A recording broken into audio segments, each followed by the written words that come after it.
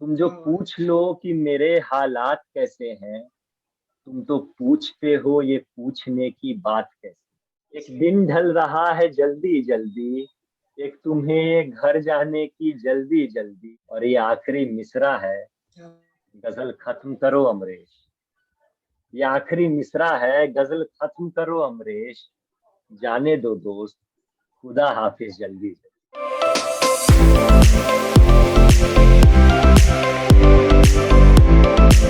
So hello everyone, मैं Shivankar Mehta from IIT Dhanbad. और मैं आशुतोष कुमार फ्रॉम आईटी पटना आप सभी का स्वागत करते हैं हमारे अपने चैनल इंटीग्रेटिव लर्निंग पर, जहां हमारी सोच आप सभी तक बेहतरीन एजुकेशन को पहुंचाने की होती है। आज ये वीडियो बहुत ही स्पेशल होने वाली है हमारे व्यूअर्स के लिए, क्योंकि आज इस वीडियो में हमारे साथ एक बहुत ही स्पेशल गेस्ट जुड़ने जा रहे हैं। बहुत बच्चों को डाउट होता है इंटर्नशिप्स और प्लेसमेंट से रिलेटेड, तो उन्हीं डाउट्स को हम क्लियर करेंगे इस वीडियो में। तो चलो बिना किसी देरी के इस वीडियो की शुरुआत करते हैं। So please welcome RN Amresh sir. He is a final year student and currently pursuing Bachelor of Technology in Computer Science and Engineering at IIT Dhanbad, who has achieved a lot of milestone and is an inspiration for all of us. In this video, we are going to clear all your doubts regarding internships, placements, and academics. We have also discussed the importance of college life in self-development. He has been an intern in Samsung R&D, IAS, Indian Academy of Science, and currently an intern in Sprinkler. He has brilliantly managed his academics along with extracurricular activities and scored highest CGPA in his batch. So let's start the हाँ, तो video. वही मतलब हम तुम लोग का videos देखते थे। पहले वाला भी वीडियोस देखे जो तुम लोग बनाते हो, या नॉर्मल कोई इलेक्ट्रोस्टैटिक्स वगैरह वाला भी वीडियोस बनाते हो और लोगों का इंटरव्यू लेते हो। तो मतलब अच्छा है, अगर तुम लोग इस डायरेक्शन को परस्यू कर रहे हो साथ साथ कॉलेज के, तो अच्छा लगा। और वही जब हमको शिवांकर पहली बार मैसेज किया था तो हमको लगा था कि हाँ इसी कुछ चीज के लिए होगा, क्योंकि हमको पता था कि तुम लोग का चैनल है। तो अच्छा लग रहा है भाई, मतलब अच्छा है। और ठीक है, अगर इस वीडियो के थ्रू हम लोगों को बता सके तो बहुत बढ़िया। इस सेशन को आगे बढ़ाते हैं और स्टार्ट करते हैं कुछ क्वेश्चंस के साथ। तो सर, अनफॉर्चुनेटली जो फर्स्ट ईयर्स हैं उनको तो कॉलेज जाने का मौका नहीं मिला, बट आप कुछ दिन कॉलेज रह क्या है, कैंपस लाइफ आपने कुछ दिन गुजारा है कैंपस में अपने लाइफ को। अभी कैंपस लाइफ को आप कितना मिस कर रहे हैं? भाई मतलब कैंपस, हम ऐसे आदमी थे जो मतलब पटना में है, तो धनबाद से पटना 5 घंटे का रास्ता होता है। तो मेरे लिए कैंपस से वापस आना काफी इजी होता था, क्योंकि हम थोड़े होम सिक टाइप के आदमी थे। तो हर वीकेंड आ जाना चाहते थे। लेकिन मेरे जैसा आदमी भी कैंपस मिस करता है बहुत ज्यादा।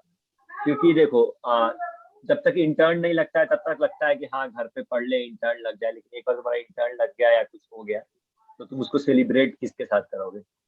मतलब होता है ना कि सक्सेस तो हो गया, लेकिन सक्सेस के आगे का प्लान नहीं है, मतलब किसके साथ सेलिब्रेट करें। तो कैंपस में बहुत कुछ मिस करोगे यार तुम। मतलब कैंपस का इन्वॉल्वमेंट, कैंपस का क्लब्स, कैंपस, मतलब हर जगह तुमको, हर जगह मिस होगा। अगर तुम उदास हो तो भी किसी के साथ नहीं बांट सकते हो। अब घर वालों के साथ सब कुछ नहीं बांटा जा सकता है। और इसलिए और ज्यादा मिस करते हैं हम लोग, क्योंकि कोविड में लॉकडाउन है, तो यहाँ के दोस्तों के साथ भी नहीं मिल सकते। तो कैंपस तो मिस करोगे, और एक बार जाओगे तो तुम लोग को समझ में आ जाएगा कि क्यों मिस किया जाता है उसको। अब जो मेरा अगला क्वेश्चन है सर आपसे, वो ये है कि जैसे जेई के बाद जब हम कॉलेज आते हैं तो हमें यही बताया जाता है कि बहुत ज्यादा लोड नहीं होता है आईआईटी में आने के बाद या फिर कॉलेज लाइफ में। लेकिन जब हम कॉलेज आए तो जो टाइम मैनेजमेंट करना पड़ता है, एकेडमिक्स के साथ साथ और भी चीजें मैनेज करनी पड़ती है, उससे रिलेटेड एक क्वेश्चन है मेरा आपसे कि एकेडमिक्स के साथ साथ सॉफ्ट स्किल को किस तरह से मैनेज करना चाहिए बच्चों को, स्टूडेंट्स जो है कॉलेज में। हाँ भाई, तो देखो ये जेई वाला जो सीन है कि 2 साल पढ़ लो उसके बाद लाइफ बहुत इजी है, ये तो मिथ है सबसे पहले। और इससे बड़ा मिथ ये है कि आईआईटी में अच्छा प्लेसमेंट ले लो उसके बाद लाइफ इजी है। ये दोनों ही मिथ है। मतलब सब कोई तुमको बताता होगा कि लाइफ कभी इजी होने नहीं वाला आगे। आ, बस इसलिए बोला जाता था क्योंकि यहाँ मजा करने के लिए ज्यादा चीज है कॉलेज में। क्योंकि तुम स्कूल में होगे तो, स्कूल और कॉलेज में यही फर्क है कि स्कूल में तुम जाते हो और आ जाते हो वापस घर, 24 घंटा वहां नहीं रहते। तो इसलिए कॉलेज जरूरी है, और कॉलेज में मजा भी आता है। हाँ, मेहनत करना पड़ेगा तुमको। जैसे मेरा फर्स्ट ईयर था तो मेरे दिमाग में था कि हमको ब्रांच चेंज करवाना है, क्योंकि स्टार्टिंग में मेरा ब्रांच इलेक्ट्रॉनिक्स एंड कम्युनिकेशन था। तो उसके लिए तुमको मेहनत करना पड़ेगा। लेकिन साथ साथ ऑब्वियसली सॉफ्ट स्किल्स किसी भी इंटरव्यू के लिए या फिर इंटरव्यू नहीं भी दे रहे हो तो खुद को प्रेजेंट करने के लिए हमेशा जरूरी है। तो मैनेज करने का एक ही है कि शाम का एक समय होता है 6 से 9 का। कोई भी कॉलेज में तुम रहोगे तो 6 बजे तुम्हारे क्लासेस खत्म हो जाएंगे, और 6 से 9 का ऐसे समय होता है कि अगर तुम कुछ नहीं कर रहे हो, किसी क्लब में नहीं हो, तो तुम वो टाइम वेस्ट कर रहे हो। मतलब रूम पे आके पढ़ नहीं पाओगे, तुरंत क्लास करके आए हो, क्या पढ़ोगे? या तो दोस्तों के साथ घूमने चले जाओगे, या कुछ घूमो, बहुत घूमो, वीकेंड पे घूमो, लेकिन उस 6 से 9 के टाइम को यूटिलाइज कर सकते हो। तो सब कॉलेज में बहुत सारे क्लब्स होंगे, तो जैसे हम खुद dramatics club as well as Hindi poetry club में थे। तो तुम कोई भी क्लब, और ऐसा नहीं है, तुम खुद टेक्निकल क्लब में भी जा सकते हो, टेक्निकल क्लब में जाओ, वहाँ प्रेजेंटेशन दो अपने प्रोजेक्ट्स का। तो बेसिकली इसी चीज से तुम्हारा सॉफ्ट स्किल मेंटेन होगा, लोगों से बात करने से। और हम सबको यही रिकमेंड करेंगे कि पढ़ो, बहुत पढ़ो, कोडिंग वोडिंग सब करो, लेकिन अपने लाइफ में एक क्लब, कल्चरल हो या फिर टेक्निकल हो, जरूर ज्वाइन करो, क्योंकि उसी से तुम्हारा सॉफ्ट स्किल डेवलप होगा। क्योंकि आईटी निकाले हो तो तुम्हारे पास उतना दिमाग है कि तुम कोडिंग कर लोगे आगे जाके, 4 साल अगर नहीं भी किए तो अगले 1 साल में कर लोगे पास आउट होके, लेकिन फिर ये सॉफ्ट स्किल्स डेवलप करने का मौका नहीं मिलेगा तुमको। तो वही है, हॉबी परस्यू करो साथ में। तो जो मेरा अगला क्वेश्चन है आपसे वो ये है कि कोडिंग हम लोग को किस तरह से करनी चाहिए, कहाँ से करना चाहिए? क्योंकि इंटरनेट पे काफ़ी सारे सोर्सेज़ हैं, तो कहाँ से हम लोग को करना चाहिए और कौन-सा लैंग्वेज पहले करना प्रेफ़रेबल है? आ, तो देखो, कोडिंग काफी जरूरी है आज के सिनेरियो में, सबको पता है, क्योंकि जॉब चाहिए। और सबसे पहला बात कि कौन सा लैंग्वेज करना चाहिए, तो जो भी तुम्हारे फर्स्ट ईयर में तुमको लैंग्वेज पढ़ाया जाए, सबको पढ़ाया जाएगा। जैसे हम लोग के कॉलेज में सी पढ़ाया जाता है, किसी में जावा, किसी में पाइथन, कुछ भी पढ़ाया जाता है।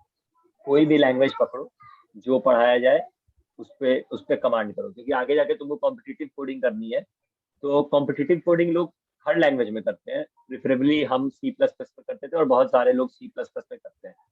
तो वो तो तुम बाद में करोगे, लेकिन सबसे पहले जो लैंग्वेज तुमको क्लास में पढ़ाया जाए वो अच्छे से पढ़ो, क्योंकि एक लैंग्वेज से दूसरे लैंग्वेज को शिफ्ट करने में तुमको 3 से 4 दिन से ज्यादा समय लगेगा नहीं। किसी भी चैनल का यूट्यूब वीडियो उठाओ, और एक से दूसरे लैंग्वेज में शिफ्ट करना है तो 3 से 4 दिन में शिफ्ट कर जाओ। कॉम्पिटिटिव कोडिंग के लिए सी प्लस प्लस बेस्ट होता है, लोग जावा में भी करते हैं, तो किसी के लिए बायस नहीं है, जिसको जिसमें मन कर सकता है। ठीक है, कहाँ से पढ़ना है? तो हर कॉलेज में कोडिंग क्लब्स है, वो बताते ही हैं, लेकिन हम अपने पर्सनल एक्सपीरियंस से तुमको बता देते हैं कि पढ़ने के लिए कोडिंग पढ़ना, कॉम्पिटिटिव कोडिंग जो हम लोग करते हैं उसका एक ही तरीका होता है, गलती करो और सीखो।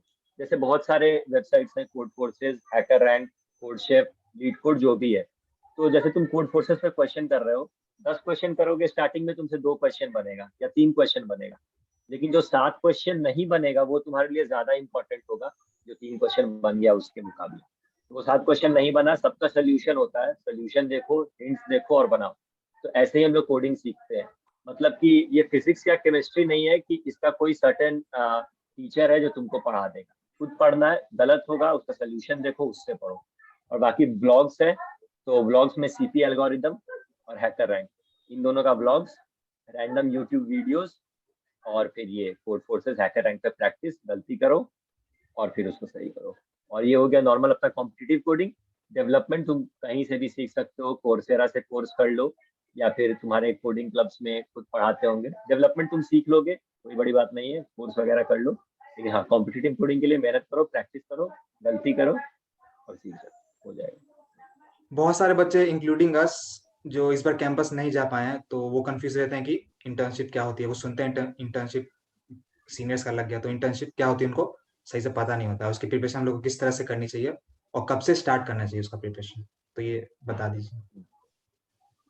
हाँ, तो देखो, इंटर्नशिप बहुत तरीके का होता है, पेड होगा तुम्हारा, अनपेड होगा। ये बेसिकली क्या है कि अभी तुम कॉलेज में हो तो फुल टाइम जॉब कहीं नहीं कर सकते हो, क्योंकि तुम्हारे क्लासेस चलते हैं, तो फुल टाइम तुम जॉब नहीं कर सकते। तो जो तुम्हारा समर होता है 2 से 3 महीने का, उसमें तुम किसी कंपनी के साथ पार्ट टाइम एम्प्लॉयड रहते हो, या फिर अभी ऑनलाइन क्लासेस चल रहा है तो साथ साथ तुम किसी कंपनी के साथ पार्ट टाइम एम्प्लॉयमेंट कर सकते हो। तो बेसिकली हम पार्ट टाइम एम्प्लॉयमेंट को ही इंटर्नशिप बोलेंगे। और बहुत सारे कंपनी में होता है कि अगर आप पार्ट टाइम एम्प्लॉयमेंट, जो आपका इंटर्नशिप है, उसमें आप अच्छा करिएगा तो आपको फुल टाइम एम्प्लॉयमेंट ऑफर किया जाएगा। तो बेसिक बेसिक इंटर्नशिप यही है, उसमें पेड भी होता है, कुछ स्टाइपेंड वो लोग देते हैं, या फिर अनपेड भी हो सकता है, या फिर तुम खुद पे करके भी इंटर्नशिप कर सकते हो खुद सीखने के लिए। ठीक है। और जो तुम्हारा अगला क्वेश्चन है कि इंटर्नशिप का तैयारी कैसे करना चाहिए, तो डिपेंड करता है फील्ड पे। तो हम बस तुमको बताएंगे कि कोडिंग इंटर्नशिप, सॉफ्टवेयर लाइन में इंटर्नशिप का कैसे तैयारी करनी चाहिए। तो देखो, मैक्सिमम इंटर्नशिप्स आएगी तुम्हारे थर्ड ईयर के स्टार्टिंग में, जो कि तुम करोगे अपने थर्ड ईयर का जब तुम्हारा समर होगा उसके दौरान, जो अभी हम कर रहे हैं जैसे स्प्रिंकलर का इंटर्नशिप कर रहे हैं। उसके अलावा जो भी इंटर्नशिप होती है सेकेंड ईयर के लास्ट में, वो या तो स्टार्टअप्स की होगी, या तो या तो बड़े कंपनीज की होगी, जो कि बहुत कम आएंगी और बहुत कम लोगों को ले लेंगे। ठीक है, तो हम लोग नॉर्मल बात करेंगे थर्ड ईयर वाले इंटर्नशिप की तैयारी कैसे करनी चाहिए। 3 चीज होता है, कॉम्पिटिटिव कोडिंग, प्रोजेक्ट और तुम्हारा जीपीए। ठीक है, तो मेरा सजेशन यही रहेगा कि फर्स्ट ईयर जो तुम्हारे पास है टाइम, फर्स्ट ईयर में अपना जीपीए बना लो। क्योंकि देखो, जीपीए एक ऐसा चीज है जो अगर एक बार बन जाता है फर्स्ट ईयर में, तो कहा मतलब हम लोग बोलते भी है अपने कॉलेज में कि प्लस माइनस 0.5 होता है, उससे ज्यादा नहीं होता। जैसे अगर तुम्हारा 8.5 आ गया फर्स्ट ईयर के बाद, तो या तो वो 9 जाएगा या तो 8 जाएगा, उससे ज्यादा नहीं जाएगा। ठीक है, तो तुम फर्स्ट ईयर में जीपीए बना लो जितना अच्छा बना सकते हो। उसके बाद कोडिंग करो, सेकंड ईयर से कोडिंग चालू करो। मतलब डिपेंड करता है तुम्हारा इंटरेस्ट, अगर फर्स्ट ईयर से ही करते हो तो बहुत अच्छी बात है, सेकंड ईयर से कोडिंग चालू करो। कुछ बेसिक सा प्रोजेक्ट बना लो। मतलब हम ये नहीं बोलेंगे, अच्छा अगर तुमको इंटरेस्ट है, तुम अपने कोडिंग क्लब में हो तो बहुत अच्छा प्रोजेक्ट बनाओ, लेकिन कोई बेसिक सा प्रोजेक्ट बना लो। और कॉम्पिटिटिव कोडिंग जितना हो सके पूरा सेकंड ईयर करो, पूरे सेकंड ईयर का समर करो। जैसे ही तुम्हारा थर्ड ईयर स्टार्ट होगा, अगस्त में कंपनीज आएगी और तुमको बैठने का मौका मिलेगा। तो 3 चीज, प्रोजेक्ट में web development, app development, machine learning, जो तुमको पसंद आता है। कॉम्पिटिटिव कोडिंग जो बता ही दिए, कोड फोर्सेस वगैरह। और तीसरा जीपीए। मतलब कुछ लोग बोलेंगे जीपीए जरूरी नहीं है, हाँ हो सकता है बिना जीपीए के भी इंटर्नशिप लग जाए, और अगर जीपीए रहेगा तो तुमको कभी धोखा नहीं देगा। जीपीए बनाना, बस ये 3 चीज ध्यान में रखना। जैसा कि हमने पहले भी बताया कि सर 3 बड़े बड़े कंपनीज में इंटर्न रह चुके हैं और अभी स्प्रिंकलर में इंटर्न है। तो सर इन कंपनीज में जैसे सैमसंग हो गया, या फिर आईएएस हो गया, या फिर बड़ी कंपनी जैसे माइक्रोसॉफ्ट और गूगल हो गया, इन सारे कंपनीज में इंटर्नशिप्स के लिए क्या क्या प्रोसीजर होते हैं, कैसे सिलेक्ट करते हैं वो कैंडिडेट्स? हाँ, तो देखो, कोई भी कंपनी अगर आएगी तो सबसे पहला राउंड, जो भी कंपनीज का नाम लिए तुम, सबसे पहला राउंड होगा तुम्हारा कॉम्पिटिटिव कोडिंग, मतलब कि कोडिंग राउंड जो हम लोग बोलते हैं, कोडिंग राउंड। अब कोडिंग राउंड में तुम्हारे पास 2 से 3 सवाल होंगे जो तुमको बनाने होंगे। अब कोडिंग राउंड में दिक्कत क्या होता है ना, कि कोई कोई कंपनीज में क्वेश्चंस आसान होते हैं। जैसे 1-2 कंपनीज होगी, तुम उसमें क्या होगा कि सारे लोग, मतलब कि बहुत सारे लोग, 50-60 लोग सारे क्वेश्चंस बना देंगे। तो जो कोडिंग राउंड होती है उसमें 200-300 लोग बैठते हैं, और उसके बाद अगले राउंड के लिए 20 से 30 लोग सिलेक्ट होते हैं। तो कंपनी 50-60 लोग को नहीं ले सकती है जो सारे क्वेश्चंस बना दें। तो यहाँ पे तुम शॉर्टलिस्ट हो गए अपने जीपीए पे। ठीक है, तो इसलिए हम बोले जीपीए बनाना जरूरी है, क्योंकि जिस कंपनी का कोडिंग राउंड इजी होगा उस कंपनी में तुमको जीपीए मदद करेगा आगे शॉर्टलिस्टिंग के लिए। जिस कंपनी का कोडिंग राउंड टफ होगा उसमें तो भाई मतलब सब कोई 3 नहीं बना पाएगा, तो जितना लोग बनाएगा उनका सिलेक्शन। और तो बेसिकली शॉर्टलिस्टिंग क्राइटेरिया यही होता है, सबसे पहले कोडिंग का मार्क्स देखा जाता है, उसके बाद जीपीए देखा जाता है। और कुछ कंपनी का जीपीए पे भी ज्यादा प्रायोरिटी हो सकता है, या फिर तुम्हारे सीवी पे भी ज्यादा प्रायोरिटी हो सकता है। ठीक है, तो कोडिंग राउंड में तुमसे पूछेंगे क्या, नॉर्मल हम बता चुके हैं वही, कोडिंग राउंड के लिए हम लोग कॉम्पिटिटिव कोडिंग करते हैं बेसिकली। तो कोडिंग राउंड में वही जो कॉम्पिटिटिव कोडिंग में तुम किए रहोगे उतना साल, लीड कोड वगैरह पे, वो तुमसे पूछा जाएगा और वो तुम सॉल्व कर दोगे जैसा भी, मतलब कि कंपेरेटिवली इजी राउंड। उसके बाद तुम्हारा होता है इंटरव्यू। अब interview depending upon the companies, मतलब बड़े कंपनीज का ही हम बता रहे हैं, depending upon the companies 3 round 4 round ऐसे हो सकता है। माइक्रोसॉफ्ट में 3 राउंड था, जीएस में 2 से 3 राउंड, और स्प्रिंकलर में भी 3 राउंड था, और कोऑर्डिनेशन वगैरह में 3-4 राउंड था, तो ऐसे था। तो जो भी बड़ी कंपनीज होगी वो फर्स्ट वीक में आएगी तुम्हारे कॉलेज में, फर्स्ट वीक या सेकंड वीक, थर्ड वीक। ठीक है, उसके बाद नहीं आएगी। उसके बाद मतलब जैसे जैसे वीक्स प्रोग्रेस करेंगे कंपनीज थोड़ी कम आने लगेगी। तो इंटरव्यू होगा। इंटरव्यू में बेसिकली तुमसे क्या पूछेंगे, वही तुम्हारा जो डेटा स्ट्रक्चर्स एल्गोरिदम्स है, जो कॉम्पिटिटिव कोडिंग में तुम यूज करते हो डेटा स्ट्रक्चर्स एल्गोरिदम्स, वो पूछेंगे। जो तुम प्रोजेक्ट बनाए, जो भी प्रोजेक्ट बनाए हो वो प्रोजेक्ट के बारे में 5 से 10 मिनट डिस्कशन होगा। अगर इंटरव्यूअर को अच्छा लगा तो ज्यादा भी हो सकता है। डेटा स्ट्रक्चर्स एल्गोरिदम, वही कॉम्पिटिटिव कोडिंग का क्वेश्चन पूछेंगे, और इस बार तुमको कोड नहीं करना है, एक्सप्लेन करना है और थोड़ा मोड़ा टाइप करके बताना है। अगर ऑनलाइन हुआ इंटरव्यू, तो ऑफलाइन हुआ तो पेपर पे बता सकते हो कोड लिख के या जो भी है। ठीक है, और तुमसे तुम्हारा सॉफ्ट स्किल्स चेक होगा। अगर एचआर राउंड होता है कंपनी में, तो बहुत सारे बड़ी कंपनीज में एचआर राउंड होता है, तो फाइनल एचआर राउंड में तुम्हारा सॉफ्ट स्किल्स, कॉलेज में क्या किए, कैसे मैनेज किए, वो फाइनल राउंड होता है तुम्हारा एचआर राउंड। उसके पहले 2 से 3 टेक्निकल राउंड्स ही होंगे, जिसमें तुमको कॉम्पिटिटिव कोडिंग, प्रोजेक्ट और सब्जेक्ट नॉलेज, जैसे कंप्यूटर साइंस में हो तो ऊप्स हो गया, डीबीएमएस हो गया, ऑपरेटिंग सिस्टम हो गया, ये सबसे थोड़ा मोड़ा सवाल। मतलब यही बोलेंगे तुम लोगों की 60 से 70% कॉम्पिटिटिव कोडिंग और डेटा स्ट्रक्चर, 10 से 20% तुम्हारा प्रोजेक्ट, और बाकी 10-20% में सब्जेक्ट नॉलेज या सॉफ्ट स्किल्स जो भी है वो सब आगे। तो कॉम्पिटिटिव कोडिंग पे मेन फोकस, और यही प्रोसीजर होगा किसी भी बड़ी कंपनी का, यही प्रोसीजर। ठीक है, और बाकी फिर आगे प्रोसीड करोगे तो जैसे जैसे कुछ कंपनीज ऐसी भी आ सकती है जो कॉम्पिटिटिव कोडिंग राउंड ना ले, सीधे जीपीए के बेसिस पे शॉर्टलिस्ट करके तुम्हारा इंटरव्यू ले ले, या कुछ कंपनी ऐसी आ सकती है जिनमें सिर्फ रिटर्न राउंड हो, तो डिपेंड करता है। लेकिन जो भी बड़ी कंपनी के बारे में बात की है उनका यही प्रोसीजर है, coding round, technical interviews, HR interview. तो मैं यहाँ पे एक और चीज पूछना चाहूंगा कि इंटर्नशिप्स और प्लेसमेंट में पर्सनैलिटी और क्लब्स सॉफ्ट स्किल्स का कितना रोल रहता है, और इसे इम्प्रूव करने के लिए, पर्सनैलिटी को हमारे इम्प्रूव करने के लिए हमें क्या करना चाहिए? हाँ, तो देखो भाई, क्वेश्चन अच्छा है। और सबसे पहला जो दिक्कत होता है सबको, मतलब हमको भी पर्सनली होता था, या अभी भी कहेंगे होता है थोड़ा, वो होता है, बहुत लोग, हम लोग जैसे मतलब जो भी है, मतलब बहुत लोग का अच्छा होता है, पर हम लोग का इंग्लिश स्पीकिंग वाला बात है। तो किसी भी कंपनी में तुम जाओगे तो वहां तुमको इंटरव्यू जो भी होगा वो पूरा इंग्लिश में ही तुमको देना होगा। तो सबसे पहला चीज तुम्हारा इंग्लिश अच्छा होना चाहिए, इंग्लिश अच्छा होना चाहिए, कॉन्फिडेंट होना चाहिए। और दूसरी बात जो हम भूल भी गए थे, बता देते हैं कि अभी ऑनलाइन हो रहा था सारा इंटर्नशिप प्लेसमेंट जो भी है, लेकिन जब ऑफलाइन होता है तो बहुत सारे कंपनीज में एक राउंड होता है जिसका नाम होता है जीडी, ग्रुप डिस्कशन। वो टेक्निकल ग्रुप डिस्कशन भी हो सकता है और या फिर नॉन टेक्निकल ग्रुप डिस्कशन भी हो सकता है। तो उसमें तुम्हारा इंग्लिश, तुम्हारा कॉन्फिडेंस, तुम्हारा स्पीकिंग स्किल्स अच्छा होना ही चाहिए, नहीं तो ग्रुप डिस्कशन में भी बहुत लोग छट जाते हैं। ठीक है, अब बहुत सारी कंपनीज होगी जो मैनेजमेंट पोस्ट के लिए आएगी, फाइनेंस पोस्ट के लिए, मैनेजमेंट पोस्ट के लिए आएगी, तो उस कंपनी में तो तुम्हारा सॉफ्ट स्किल अच्छा होना ही चाहिए। टेक्निकल कंपनीज में मान ले थोड़ा अच्छा नहीं है तो भी चलेगा। ठीक है, तो ये सब है कि हाँ, इंटर्नशिप और प्लेसमेंट्स में स्पीकिंग, पर्सनालिटी, सॉफ्ट स्किल्स, ये सब अच्छा होना चाहिए। अच्छा कैसे करोगे? तो किसी भी क्लब में रहोगे, किसी लिटरेरी क्लब में रहोगे तो तुम्हारा ग्रुप डिस्कशंस होता है लगातार, तो उस ग्रुप डिस्कशंस में हमेशा पार्टिसिपेट करो। अगर तुम्हारा इंग्लिश अच्छा नहीं है तो इस बात को एक्सेप्ट करो कि मेरा अच्छा नहीं है, और जिसका अच्छा है, या फिर 3-4 लोग ग्रुप में बैठ के हमेशा ग्रुप डिस्कशन करो, या फिर ऐसे ही नॉर्मल मजाक में भी इंग्लिश में बात करने की कोशिश करो। ठीक है, और तीसरा बात कि अनजान लोगों से बात करने की कोशिश करो। जैसे तुम किसी भी, मान लो सेमिनार में गए, कॉलेज में बैठे हुए, बगल में कोई तुम्हारे बैठा हुआ है, तुम नहीं जानते हो उसको, लेकिन ऐसे उससे बात इनिशिएट करो, क्योंकि जो तुम्हारा इंटरव्यूअर होगा वो अनजान ही होगा। तुमको इंटरव्यू को इंटरैक्टिव रखना है। अगर इंटरव्यूअर बोले कि तुम्हारे पास कुछ क्वेश्चन है, तो तुम्हारे पास हमेशा क्वेश्चन होना चाहिए इंटरव्यूअर की, क्योंकि उसको लगेगा कि हाँ, तुम्हारा कंपनी में इंटरेस्ट है। तो अपने आप को थोड़ा आउटस्पोकन बनाओ, इंग्लिश अच्छा करो, और वहीं क्लब्स वगैरह का मदद इसमें जरूर होगा, और ग्रुप अच्छा रखो, और फिर वहीं सॉफ्ट स्किल्स अच्छा हो जाएगा।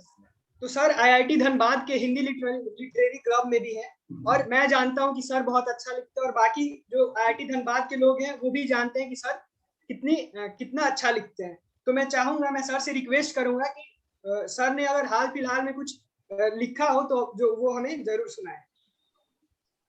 हाँ भाई, मतलब देखो, ये लिखने वाला बात भी है तो वो भी सीनियर से ही आता है, तो हम भी कुछ सीनियर से ही सीखे हैं। और लिखने का ऐसा हो गया अभी कि कभी कभी जब बहुत ज्यादा ऐसा होता है, अगर मन नहीं लग रहा है या फिर कुछ है तो लिख लेते हैं, तो मतलब अच्छा लगता है। और सुनाना है तो हम सुना देंगे, मतलब एक हाल में ही लिखे थे, हमको काफी पसंद है वो। और लेकिन हाँ, वास्तविकता से बहुत कम लेना देना है इन सब लाइनों का। ऐसा कुछ नहीं कि मेरे साथ ऐसा हुआ है, पर हाँ, जो देखते हैं वो लिखते हैं। तो एक ऐसे ही लिखा हुआ है, तो सुन लो कि तुम जो पूछ लो कि मेरे हालात कैसे हैं, तुम जो पूछ लो कि मेरे हालात कैसे हैं, तुम तो पूछते हो ये पूछने की बात कैसे, तुम तो पूछते हो ये पूछने की बात कैसे है मुझे भी मालूम कि अभी रात गहरी है मुझे भी मालूम कि अभी रात गहरी है, पर तुम जो आ गए हो पास तो ये रात कैसे, तुम जो आ गए हो पास तो ये रात कैसे है, हाँ ढोल ताशों के संग मैं आ गया हूँ देख, हाँ ढोल ताशों के संग मैं आ गया हूँ देख, पर ये तेरा आंगन नहीं तो मेरी बारात कैसे, पर ये तेरा आंगन नहीं तो वाह मेरी सर। बारात कैसे है। और खुश हो तुम बहुत मुझे हरा कर आज, खुश हो तुम बहुत मुझे हरा कर आज, अगर खुश हो तुम तो ये हमारी मात कैसे है, अगर खुश हो तुम तो ये वाह सर हमारी वाह। मात कैसे है।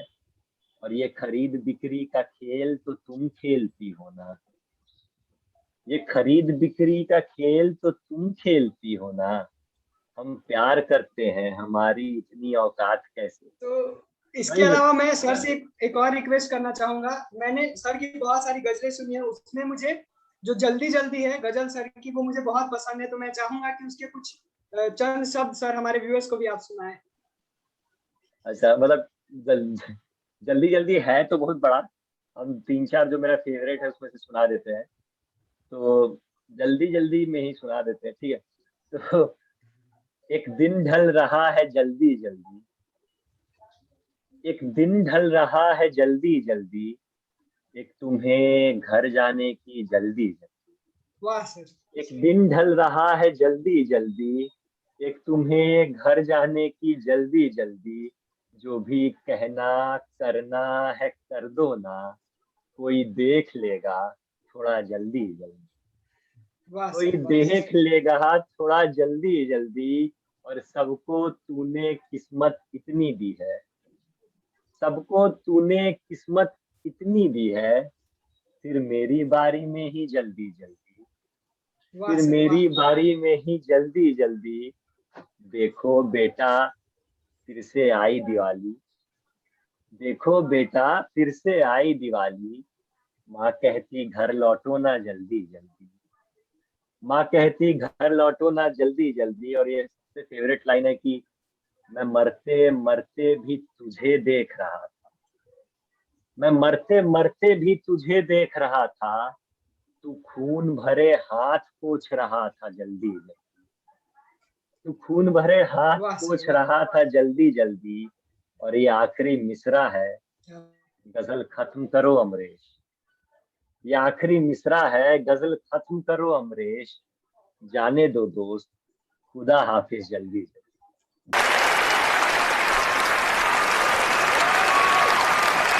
तो मेरा अगला क्वेश्चन आपसे ये है कि अदर ब्रांचेस के बच्चे होते हैं अदर देन सीएससी, तो उन लोग के लिए जो कंपनीज आती है, जो टेक कंपनीज आती है, उनमें उनके लिए कितनी अपॉर्चुनिटीज होती हैं? हाँ तो देखो जो भी नॉन सीएससी ब्रांचेस है, मतलब कोर ब्रांचेस है जो भी, तो ऐसा है मतलब कि हाँ अपॉर्चुनिटीज कम है, ये ठीक है, मानते हैं अपॉर्चुनिटीज कम है, लेकिन बहुत लोग हैं जो उससे भी जॉब ले लेते हैं आराम से, कोई बड़ी बात नहीं है, प्लेसमेंट आराम से हो जाता है। तो बात क्या है कि कोडिंग कंपनीज, तो कोडिंग कंपनीज जो भी आएगी, सीएससी, ईसी, इलेक्ट्रिकल और मैथमेटिक्स एंड कंप्यूटिंग, तीन ब्रांचेस के लिए, जो भी सर्किटल ब्रांचेस हम लोग बोलते हैं, सर्किटल और कोडिंग ब्रांचेस के लिए ओपन है सारी कंपनीज मैक्सिमम। कुछ कंपनीज ऐसी भी आएगी जो ओपन टू ऑल ब्रांचेस रहती है, जो माइनिंग, मिनरल, इन्वायरमेंटल, जो भी कंपनी है, सिविल वगैरह सबके लिए। तो ये हो गया कोडिंग प्रोफाइल में, तो वो लोग नॉर्मल बैठ सकते हैं और नॉर्मल जो प्रोसीजर है कि कॉम्पिटिटिव कोडिंग ये सब सब कुछ कर सकते हैं और जा सकते हैं। उसके अलावा उनकी कोर कंपनीज आएगी, जैसे इलेक्ट्रिकल की कोई कंपनी आ गई या मैकेनिकल की कोई कंपनी आ गई, उनके कोर ब्रांचेस के लिए खुलेगी। तो उसमें है कि उसका मेरे ऐसे ज्यादा नॉलेज हुआ नहीं, उसमें है कि आपका जीपीए अच्छा होना चाहिए, आपके कोर सब्जेक्ट का नॉलेज अच्छा होना चाहिए, एफटी वगैरह का एग्जाम होता है तो वो सब अच्छा होना चाहिए। हम मतलब शिवांकर को बता देंगे किसी कोर के सीनियर का, तुम लोग उनका भी एक इंटरव्यू जरूर लेना सिर्फ इस टॉपिक पे कि इंटर्नशिप और प्लेसमेंट का कोर का कैसे तैयारी। तो कोर में वही जीपीए वगैरह अच्छा रखिए, आपका प्रोजेक्ट्स करिए और मतलब अपने कोर से कनेक्टेड रहिए, ये नहीं कि आप कोडिंग भी कर रहे हैं फिर आप कोर में भी बैठ रहे हैं तो ऐसे दिक्कत हो।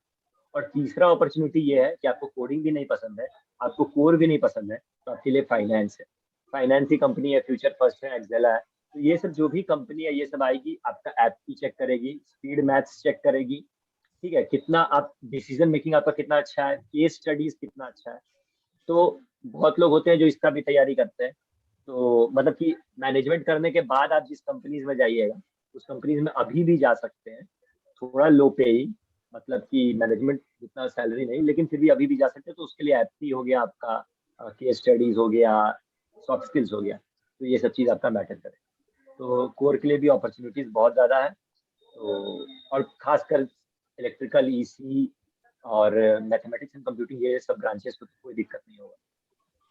बाकी ऑफ कैंपस तो मैक्सिमम हर ब्रांचेस के लिए ओपन रहता है, तो अप्लाई करो, और स्किल है तो कोई भी मतलब कोडिंग प्रोफाइल में भी जॉब मिल जाएगा, कोर प्रोफाइल में भी जॉब मिल जाएगा। सो एट लास्ट आप अपने जूनियर्स को क्या मैसेज देना चाहेंगे अपनी तरफ से? हाँ, तो जूनियर्स को, मतलब जूनियर्स बहुत प्यारे हैं हमको, जो भी मेरे सेकंड ईयर्स हैं अभी, मतलब अब तो वो भी थर्ड ईयर हो गए, तो वो लोग से भी मतलब बहुत प्यार है। तो बेसिकली यही बोलना चाहेंगे कि जब भी आप लोग, मतलब कि जो भी नया बैच आ रहा है, जब भी कॉलेज आए, तो पहला 1-2 महीना तो पूरा एंजॉय करना है लाइफ को। कॉलेज कैसा है, कॉलेज में क्या करना है, सब कुछ एक्सप्लोर करें। उसके बाद अपना इंटरेस्ट डिसाइड करें, उस फील्ड में वर्क करें। जो भी आने वाला बैच है, जैसे मेरा जूनियर बैच है, वो हमसे ज्यादा जानता है, ये हमको पता है। कोडिंग प्रोफाइल हो गया, कोई भी प्रोफाइल हो गया, क्योंकि टेक्नोलॉजी हर रोज डेवलप कर रहा है। तो उन लोगों का कोडिंग स्किल्स हम लोग के बैच से अच्छा है, उनके बाद का कोडिंग स्किल हम लोग के उन लोग के बैच से अच्छा होगा, क्योंकि कोडिंग कल्चर हर जगह डेवलप हो रहा है। तो तुम लोग अच्छा करोगे, कोडिंग के साथ मैचअप करना, टेक्नोलॉजी के साथ मैचअप करना, अपना इंटरेस्ट परस्यू करना, और कभी भी जरूरत पड़े तो हमको या कोई भी सीनियर को हमेशा याद करना। कोई भी सीनियर मोर देन हैप्पी रहेगा तुम लोग का मदद करने में। और यही है कि कुछ कुछ बोलते रहा करो हमसे, चुप रहोगे तो लोग सुन लेंगे। तो यही है कि किसी से चुप मत रहो, कोई गुस्सा मत रखो अंदर, कोई ईगो मत रखो। कुछ भी सीखना हो सामने वाले से पूछो और सीखो, और बहुत अच्छा करो लाइफ में।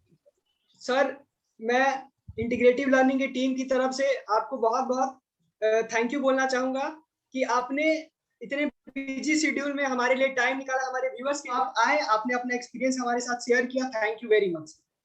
Thank you sir. भाई तुम लोग को भी थैंक यू। और बिजी शेड्यूल का बात नहीं है, वीकेंड तो फ्री ही रहता है, और अच्छा लगा तुम लोग से बात करके। और यही मतलब कि अभी तो जूनियर से इंटरेक्ट करने का यही एक वे है, तो अच्छा लगा कि तुम लोग से बात हुआ। और बस वही है कि सब कोई अच्छे से रहना, और बाकी सीनियर से भी इंटरेक्ट करते हैं।